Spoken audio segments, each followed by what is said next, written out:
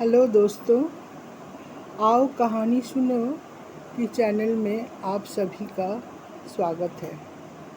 आज की कहानी का शीर्षक है सबसे अनमोल तोहफा।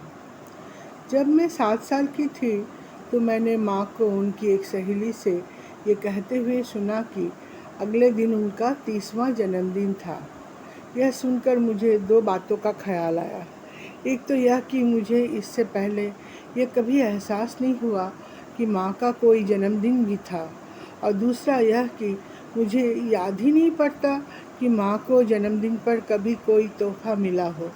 खैर, मैं इस बारे में कुछ और कर सकती थी। मैं अपने कमरे में गई, अपनी गुल्लक खोली और सारे पैसे निकाल कर गिने। 5 निकल्स। ये मेरे लिए 5 हफ्तों की पॉकेट मनी के बराबर थे। फिर मैं घर के पास ही नुक्कड़ के दुकान तक गई और दुकान के मालिक मिस्टर शायर को बताया कि मैं अपनी माँ के लिए जन्मदिन का तोहफा खरीदना चाहती हूँ। मिस्टर शायर ने मुझे अपनी दुकान की वो हर चीज़ दिखा दी जो 5 निकल्स में खरीदी जा सकती थी। सेरेमिक की कई मूर्तियाँ थीं।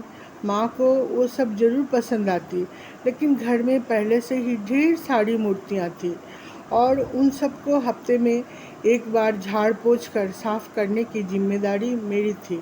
यह तो बिल्कुल भी उपयुक्त नहीं थी। मीठी गोलियों के डिब्बे भी थे, लेकिन माँ को डायबिटीज़ था, इसलिए यह भी उपयुक्त नहीं थे।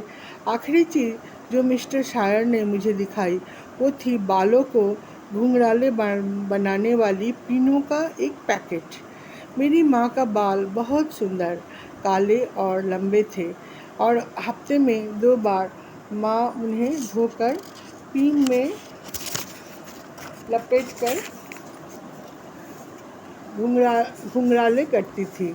जब अगले दिन वो अपने घुंघराले बालों खोलती थी तो कंधों से नीचे तक लहराते घुंघराले बालों में वो किसी फिल्म की नायिका की तरह लगती थी। इसीलिए मैंने फैसला किया कि बॉबी पिन्स ही माँ के लिए सही तोहफा रहेगी। मैंने मिस्टर शायर को 5 निकल्स दिए और उन्होंने मुझे बॉबी पिन्स दे दी।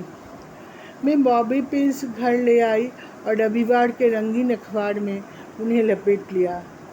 रंगीन कागज़ खरीदने के लिए मेरे पास पैसे भी नहीं बचे थे।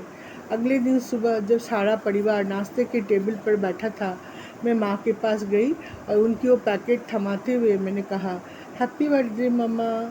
मेरी माँ एक पल के लिए हैरानी से खामोश बैठी रही, फिर आंखों में आंसू लिए वो कागज़ को खोलने लगी। जब तक बॉबी पिन्स उनके हाथ में आई वो सुबक रही थी।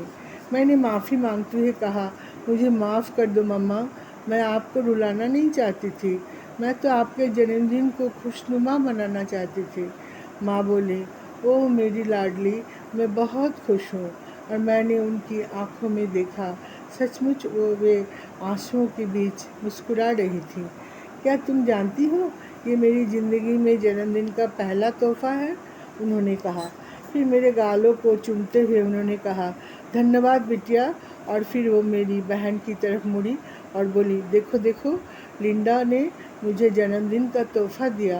और फिर वो मेरे भाइयों की ओर मुड़ी और बोली, देखो, लिंडा ने मुझे जन्मदिन का तोहफ़ा दिया। और फिर वो मेरे पिताजी की ओर मुड़ी और बोली, यह देखो, लिंडा ने मुझे जन्मदिन का तोहफ़ा दिया। और फिर वो अपने बालों को धोने और नए बॉबी पिन्स से घुंघराले बनाने के लिए बाथरूम में चली गई। उनके जाने के बाद पिताजी ने मेरी तरफ देखा और कहा, लिंडा, जब मैं फ्रंटियर में बड़ा हो रहा था, पिताजी न हमेशा वर्जीनिया के पहाड़ों में अपने बचपन के घर को फ्रंटियर कहते थे। हम बड़ों के जन्मदिन के तोहफे देने का रिवाज ही नहीं रखते थे। ये सब हम सिर्फ छोटे बच्चों के लिए करते थे। और तुम्हारी माँ का परिवार इतना गरीब था कि वो लोग तो इतना भी नहीं करते थे। लेकिन आज तुमने अपनी माँ को जो खुशी दी है, उसे देखते हुए मैं जन्मदिन के इस मामले पर दोबारा सोचने पर मजबूर हो रहा हूँ। लिंडा, मैं ये कहना चाहता हूँ कि शायद तुमने एक परंपरा की शुरुआत कर दी है। और सचमुच ही मैंने एक परंपरा की शुरुआत कर दी थी। उस दिन के बाद हर साल माँ के लिए जन्मदिन पर ढेरों तोहफे आते थे, मेरी बहन, मेरे भाइयों, मेरे पिता और मेरी ओर से। और यकीनन जैसे जैसे हम बच्चे बड़े होते गए, हम ज़्यादा पैसे कमाने लगे और माँ को बेहतर तोहफे मिलने लगे। जब तक मैं 25 साल की हुई, मैं माँ को एक स्टीरियो, एक रंगीन टीवी और एक माइक्रोवेव जिसे उन्होंने एक वैक्यूम क्लीनर से एक्सचेंज कर लिया था, दे चुकी थी। माँ को 50वें जन्मदिन पर मेरे भाइयों, बहन और मैंने अपने पैसे जोड़कर उनके लिए एक नायाब तोहफ़ा खरीदा। एक अंगूठी जिसमें एक मोती और चारों तरफ हीरे जड़े हुए थे। और जब मेरे सबसे बड़े भाई ने उनके जन्मदिन की पार्टी में उन्हें वह अंगूठी दी, तो उन्होंने मलमल की उस डिबिया को खोलकर अंगूठी को देखा। फिर मुस्कुराकर उन्होंने वह डिबिया मेहमानों की तरफ घुमा दी ताकि सब लोग उस खास तोहफे को देख सके, और बोली, मेरे बच्चे कितने अच्छे हैं, है ना? फिर उन्होंने उस अंगूठी को सारे कमरे में घुमाया और जैसे जैसे अंगूठी लोगों के हाथों से गुजरती गई, उनकी आहें सुनकर हम लोगों को बड़ा मज़ा आ रहा था। जब सारे मेहमान चले गए तो मैं घर समेटने में मदद करने के लिए रुक गई। मैं किचन में बर्तन साफ़ कर ही रही थी जब मैंने अगले कमरे में माँ और पिताजी के बीच बातचीत सुनी। पिताजी ने कहा, पॉलिन, तुम्हें एक बहुत ही सुंदर अंगूठी मिली है। मेरे ख्याल से ये अब तक का सबसे अनमोल तोहफ़ा है। माँ का जवाब सुनकर मेरी आंखों में आंसू आ गए।